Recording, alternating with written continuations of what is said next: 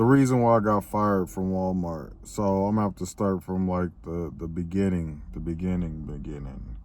when this all first started off. So I originally started off as a cart pusher back in about 2008. I did cart pushing for about 3 months, and then they asked me if I wanted to be an unloader, and I said, shit, that is a no-brainer. Anything that'll get me from all these elements outside, let's do it. So I went to be a unloader, which is now a cap team. And so I did that for a while. But during that time, I was always late. I was calling off, things like that. But when I came to work, like, I was one of the hardest workers they had. And so back in the day, they had this thing called D-Day. And D-Day it's what they put you on once you've called in too much, you've been late too much. It's like, you being written up for something. And so I got put on the D-Day, which meant that I couldn't be late. I couldn't call in from the time that they put me on that D-Day all the way up until August of the next year. So I was like, all right, cool. So I started bringing my black ass to work, started showing up on time, didn't call off, things was good, checks was better, etc. And so along the way, I seen that an overnight stalker position had opened up, and I wanted it because they made $2 more, and that would just make things a lot better for my situation. So I put in for it, and one thing that I like about Walmart is that they will hire internally before they hire somebody outside. So I already had the upper hand, me putting in for it. So I interviewed for it. I got the job. I was going to be starting July, of 2010. And so by that time, like I said, things were good. I wasn't calling off. I was less than a month from getting off of my D-Day at the time that I started this overnight stalker position. And so I start, right? And I had a little bit of knowledge because, as an unloader / cap team member, sometimes you'll get done with your trucks quick. You'll get done with the back room early. Everything is out on the floor. So with the remainder of the time that we had left, we would help the overnight stalkers stock the shelves, make super sandwich bells, throw away cardboard, things like that. And so going in, I already knew a little bit about the role.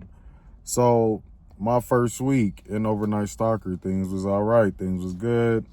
I had the paper aisle. I was kind of aware of it because I had worked in that. I had worked in that department before. So on July 10th, 2010. Let me back up. So during the time that I was unloader, we had this manager named Danny. Danny was the manager over the overnight crew. And so sometimes Danny would come in on his high horse early to see how we were doing on the trucks. And most times we were very low on people. So it was very rare that we got the trucks done in the time that they wanted them done, which I didn't give a fuck. I wasn't gonna stress myself out about getting these trucks done if we only had 2-3 people, and 2 out of the 3 people were old. You know what I mean? So there's that. So, Danny comes in and he starts harassing us about getting the trucks done, how they need to be done at a certain time, they need to be done by lunchtime, they need to be done by the last break, etc., etc. And I'm looking at Danny like he a fucking fool, because I'm like, if you think I'm gonna work any harder than I'm working right now to, please you, you got me like fucked up. You feel what I'm saying? If you really want these pallets out on the floor, then I suggest you get us some help, or you take off your tie, your walkie-talkie, and you help us pull these pallets. Otherwise, this ain't gonna be done until we damn near ready to go. You know what I mean? So, for a minute I didn't think. Hold on, y'all, because these trucks is loud as hell. Goodness gracious. But anyway, so during this time, Danny was over the overnight stalking crew. And so for a minute, I didn't think I was going to get in because Danny and I always butt heads like all the time. You know, me and a couple other managers as well. You know, just because they weren't realistic about what, you know, they wanted done. And when they seen that we were low on people, they wouldn't send us no help back there. They would just expect us to work harder than we was already working, you know, and bust our ass. And I wasn't doing that, especially if they weren't trying to help me. You know what I mean? It's like help me help you type shit. So, yeah. So I started working overnight, did that, and on July 10th, 2010, I go in for my shift. I'm doing my paper. Area's clean, cardboard's picked up. And, you know, I was on my area. At the time, I'm catching the bus and the light rail. So, you know, the only thing I can think about is catching my light rail on time so I can get home, get some sleep, get back up, do this all over again. So I zoned it the best way I could, threw all my cardboard away, shrink wrap, all that. Make sure everything was good. So I come back in the very next night. I do all my work. Everything's cool. So the overnight stalker shift was from 10 to 7, 10 p.m. to 7 a.m. And so 6:55 a.m. rolls around, right? And this nigga Danny calls me to the office. And so I'm like, okay, what is it now? You know what I mean? So, mind you, I am less than 30 days from getting off of this D-Day. And, you know, everything is going to be good. Like, I'm going to be off restriction type shit. You feel me? So, he calls me in the office and he goes, yeah, so me and a couple other employees had to stay after to zone your area and do this and that. And, you know, because you're already on the D-Day, there's nothing else we could do. So we're going to have to terminate you. And at the time, my support manager, Antoine, was in there. I look at him, he look at me, and I just started going left. Like, I'm cussing this nigga out. You know, I'm slapping shit off of the table onto the floor, calling them all kind of bitch asses. You know, I'm showing my ass, man. And so manager Antoine, he was like, hey, man, I think you need to get up out of here. He's calling the police. I'm like, all right, bet. So I run all the way to the light rail station, hop on the train. I'm at the crib. You feel me? So after that, like, I had some time to think about it, man. I was like, Danny's on some hoe shit. Like, me and Danny always butt heads. So, you know, I always felt that he had it out for me. You feel me? I just had it. Like, I just had that gut feeling. My nigga senses were always going off about this dude. Like, he was always just giving me that look. He was always harassing us, not getting us help, you know, always talking down on us. But I should have known he was going to be on some other shit when I became an overnight stalker, because he had say-so over the unloading squad, but he really couldn't tell me shit. You feel me?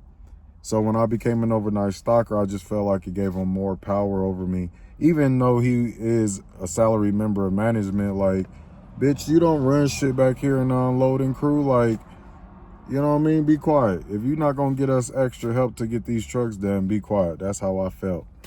And so I ended up putting in for unemployment.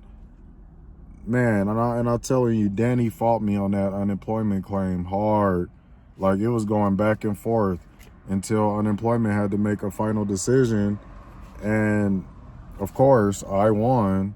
You know what I'm saying? Because, like, I wasn't at no fault of my own. And they pretty much was just like, you know what? Like, you fired him within his first week into this new position. Like, you didn't give this nigga a chance. You feel me? Like, yeah, he was on the D-Day. Okay, we get that. But that was in a different position. He is now in a new position, which y'all should have been training him more. You know, you should have been talking to him. You should have had a verbal conversation, you know, thing like that. That's how they felt. So I ended up getting my unemployment after about 2 months. And it's just crazy because thinking back on it, like I told you, me and Danny never got along. And me and Danny always butt heads. I always felt like he had it out for me. Just because I was just outspoken, especially when it came down to being in the workplace. Like, you talk about we need to get shit done, but you not getting us any help to get these trucks done. Sometimes we getting 2,000 pieces of truck, and we got 3 trucks that day. That's 6,000 pieces we got to do with 3 people, and you talking about you want it done by what? By what time? Come on, man, be realistic. So, got my unemployment, and the funniest part about this story is that later down the road, me and my homies, like, we used to go to this little club. It was like a little country club / bar, whatever. It was called the Stampede. And so one night, me and the homies went out to the Stampede on the Wednesday night. And guess who the I seen at the Stampede? You damn right. I seen Danny's bitch ass at the Stampede. And when I tell you that motherfucker looks scared, that nigga looks scared. He looked he looked like he was about to piss himself. Like, when he see me, he just stopped doing what he was doing, stopped drinking what he was drinking. His attention was on me. He thought me and my boys was gonna stump a mud hole in his ass. But I was like, you know what? The look is enough for me to know that you fucked up. You was on your high horse. You abused your authority. You know what I mean? So what I did was I went over there and I talked to him. I'm like, what's up? How you doing? How things going? Just shooting the shit just to fill him out a little bit, And so I let, bygones be bygones, and, that was that. But,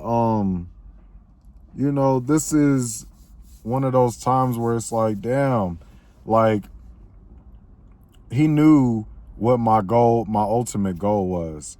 So before I had got put on a D-Day, I expressed to many managers that I wanted to become a manager at some point, and they were like, yeah, stick it out for a year, and we'll see how you do. Let's see how your attendance gets, and, we'll get you ready. I'm like, cool. So everything that was going on was just a little setback, so I couldn't become a salaried member of management. And Danny didn't like that. When word got to him, he was like, oh, fuck no. Like, he's trying to be a manager? No, I'm good. So, he was doing little things like using pretext reasons to, harass me. And, the fact that he fucking fired me 1 week into the overnight stocking position was just like, bruh, like, are you serious? Like, he was another calling to me. Like, he was just one of them people that abuse their authority every chance they get, But yeah, it was very short. Like, I have been with Walmart from 2008 till 2010, July of 2010. So I was with Walmart for a little bit, and I started off as a car pusher, went to unloading, and then I was an overnight stalker for only a week before I got fired. And that's just the way things are. But I know people are going to be tripping because I know I'll be getting fired. And I've been fired from Walmart like 3 times. You know what I mean? Time and time again. But man, to the Eagle family, thanks for viewing the videos. Thanks for showing y'all support. It's your boy, Eagle Eye Miller. Till next time, raw and unscripted.